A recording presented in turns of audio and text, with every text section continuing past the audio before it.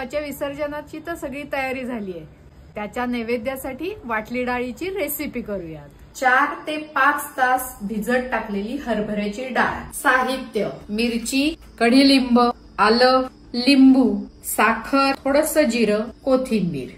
डाळ food processor मधनं फिरवून घ्यायची आहे. फूड प्रोसेसर नसेल तर नुसत्या मिक्सरच्या भांड्यातनं सुद्धा तुम्ही करू शकता. डाळ फिरवत असतानाच मिरची, आलं आणि जिरं असं घालायचं. पुन्हा एकदा फिरवून घ्यायचं. मिरची, आलं, जिरं. आता मीठ घालूया, म्हणजे बारीकही छान होतं आणि मिक्सही होतं. मीठ. बारीक झालेली आहे. डाळ बारीक करताना पाण्याचा वापर करायचा नाही. 4च पदार्थांची फोडणी करायची. मोहरी, हिंग, हळद, कढीलिंब, डाळ.